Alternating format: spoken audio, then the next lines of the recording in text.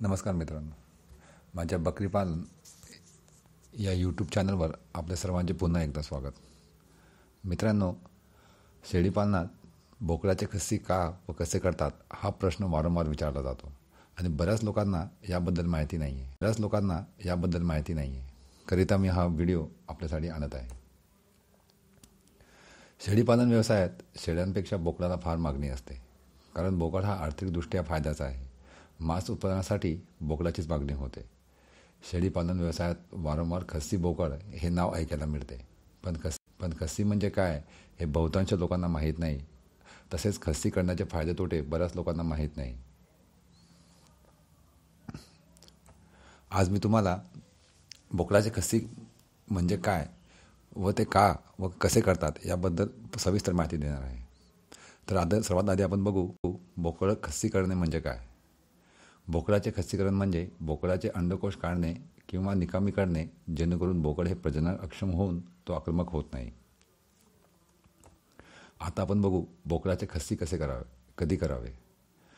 साधारणतः बोकडाचे खस्सीकरण बोकड लहान असतानाच करावे, कारण बोकडाचे वय वाढते तसतसे बोकडाला खस्सी करते वेळी तणाव होऊन त्याचा परिणाम बोकडाच्या वाढीवर होऊ शकतो. बोकडाचे खस्सी कसे करावे. बोकडाचे खस्सीकरण 3 प्रकारे करता येते.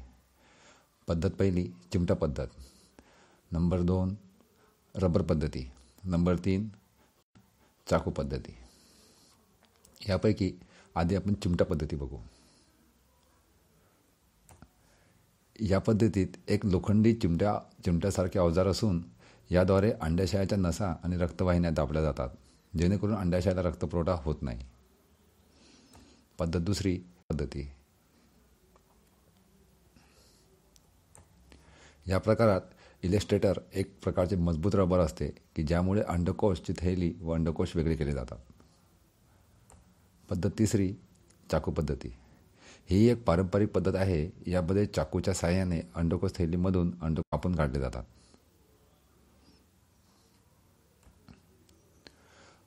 आता सर्वात महत्त्वाचा मुद्दा आहे बोकडाचे खस्सी का करावे. वयस्क काळात बकरे हे फार आक्रमक होतात आणि इतर लहान बकऱ्या, बोकड तसेच कधीकधी मालकालाही मारतात. तसेच माजाच्या काळात त्यांच्या अंगातून एक असा विशिष्ट दुर्गंध येतो. हे सर्व रोखण्यासाठी खस्सी करणे आवश्यक आहे. खस्सी बोकडाचे अंडाशय निकामी केले असल्यामुळे ते शेळ्यांकडे जास्त आकर्षित होत नाहीत. परिणामतः ते खाण्यातच लक्ष देतात. त्यामुळे त्यांची वजन वाढ लवकर आणि जलद गतीने होते. काही ग्राहक त्यांच्या धार्मिक कार्यासाठी बिना खस्सी केलेलेच बोकडाची मागणी करतात. याचाच अर्थ असा की खस्सी करणे आवश्यकच आहे असे नाही. बोकडाचे खस्सीकरण करताना घ्यावयाची काळजी. खस्सीकरण कधीही जाणकार व्यक्ती किंवा डॉक्टर यांच्या हातूनच करून घ्यावे. खस्सी प्रक्रिया करताना सावध राहणे गरजेचे आहे, कारण यावेळेस माश्या आपली अंडी त्या जखमेवर किंवा सुजलेल्या भागावर घालू शकतात. परिणामतः इन्फेक्शन होऊ शकते. खस्सीकरण झाल्यानंतर बोकडाला धनुर्वातचे इंजेक्शन देणे गरजेचे असते. बोकडाला शेळीच्या कळपापासून काही वेळ दूर ठेवावे.